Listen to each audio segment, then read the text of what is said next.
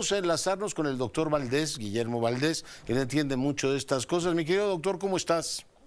Muy bien, buenas noches, Leonardo. Qué gusto verte y buenas noches a toda tu audiencia. Oye, tres cosas requieren efectivamente de tu sapiencia. Uno, que me ayudes a ubicar todo el asunto de Sinaloa, cómo lo estás viendo. Dos, el tema que ya viene ahí del mando de la Guardia Nacional. Y esta carta de Genaro. ¿Por dónde empezamos, Guillermo? Donde gustes, pues mira, lo de Sinaloa, yo creo que a partir de aquel incidente de pues entrega, traición, secuestro del Mayo Zambada a Estados Unidos a finales de julio, el enfrentamiento pues era ya una crónica anunciada.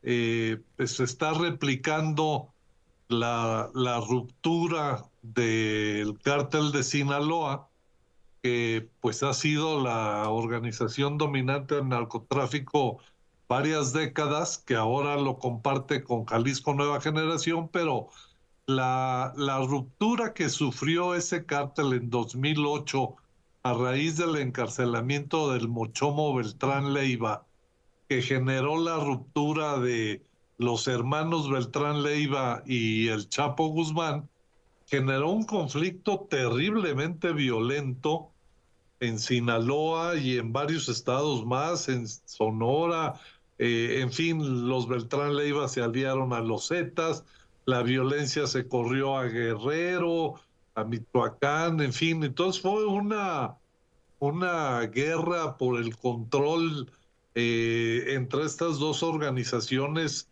terriblemente violentas. Recuerdo alguna cifra que llevábamos en el CISEN en aquel tiempo del conflicto, generó alrededor de 11,000 muertes. ¿Qué tal? Y pues ahora estamos empezando a atestiguar otra ruptura pues, de una dimensión muy fuerte entre la gente del Mayo y los hijos del Chapo Claro. Guzmán. No sabemos cuánto tiempo, si va a llegar a ser igual de violenta, pero está comenzando pues muy agresiva. Oye, Ahí en y la Culiacán. autoridad tiene una impresión de que se ubica como la red en una cancha de tenis. Así es, o sea, como espectadores, ¿no? Y eventualmente, pues ahí haciendo algunos patrullajes que no nos quieren decir por dónde, pero pues es una actitud realmente lamentable porque, pues en vez de decir, no, pues es que la violencia la causan ellos y pues el día que ellos quieran se detienen, es como si ellos no tuvieran como tarea fundamental el desarticular esas bandas y aplicar una estrategia de control de movimientos de las organizaciones, de persecución de las células de sicarios, en fin, Ya. de poner anillos de protección en la ciudad. O sea, podrían hacer muchas cosas que por lo visto no están haciendo, no sé si porque no tengan idea de qué hacer o porque tienen órdenes de no Mm. intervenir, Oye, pero es gravísimo. terminamos el sexenio con esto, con la extracción del Mayo Zambada y esta crisis en Sinaloa. Se va a apostar exactamente por el mismo modelo, constitucionalizando.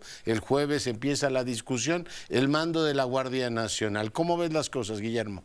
Pues mira, muy preocupantes porque aquí el tema, vamos pensando que hay una reversa o un fin a la pues, política. No me animo a llamarle política o estrategia a esto de los abrazos y no balazos, porque no sé que realmente no llega a ser una estrategia ni una política, es una recomendación absurda ahí, pero bueno, a eso uno esperaría que se acabe. Si eso se acaba, el hecho de constitucionalizar la presencia de la Guardia Nacional en la Sedena y convertirla en una policía militar, pues en realidad lo que vamos a ver es un problema de naturaleza diferente, porque vamos a tener un secretario de Seguridad Pública que sabe y entiende de seguridad pública y seguramente en algún momento nos dirá cuál va a ser su estrategia, porque lo que hasta el momento han anunciado no alcanza Estamos a 17 de septiembre y todavía no sabemos, ¿no? no sabemos, pero bueno, en algún momento esperemos que haya alguna definición. Allí el problema que se va a enfrentar son dos.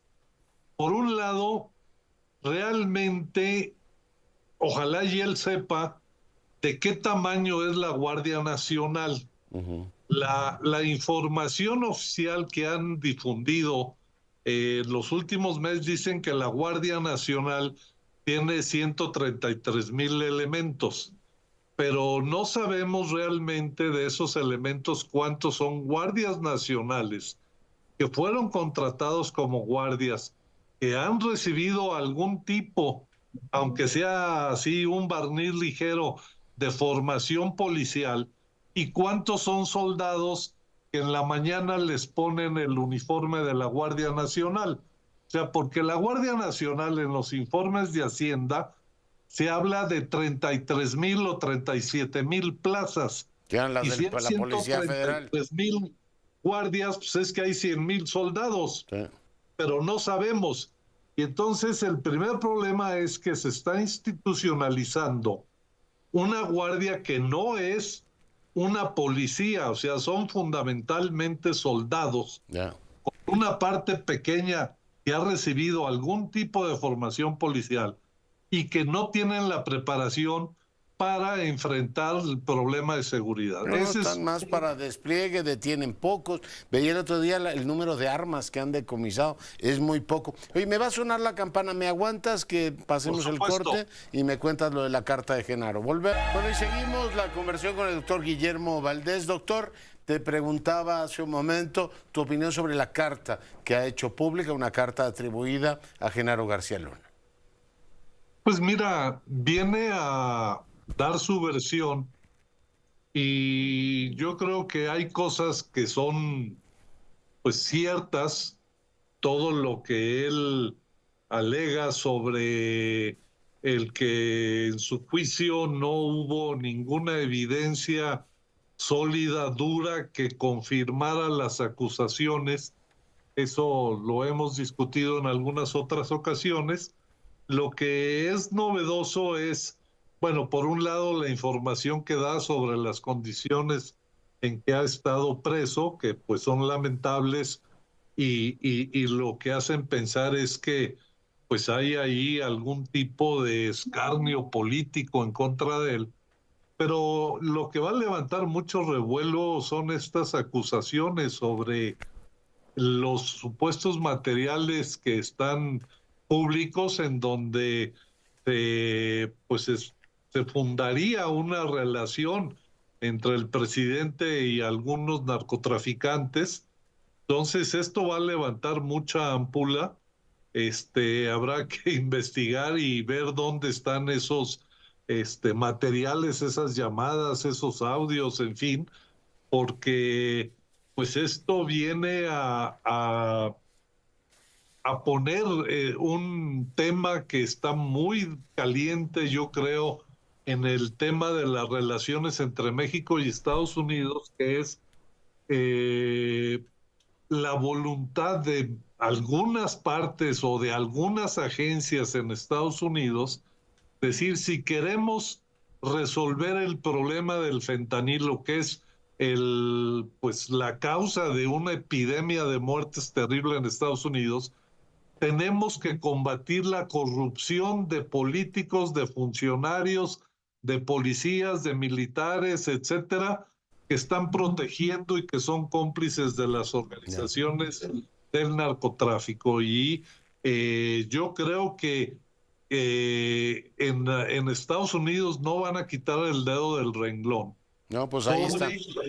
El tema de cómo presionan a México para que México, además de buscar combatir a las organizaciones del narcotráfico, haga algo contra la corrupción de funcionarios, de policías, de políticos que tienen algunos o tienen vínculos o han participado por omisión o por comisión en delitos para el narcotráfico. Y yo creo que estas declaraciones van a poner otra vez el tema muy caliente y sobre todo porque pues hay imputaciones al presidente López Obrador, que en 2 semanas va a dejar de ser presidente y va a estar en una situación mucho más vulnerable.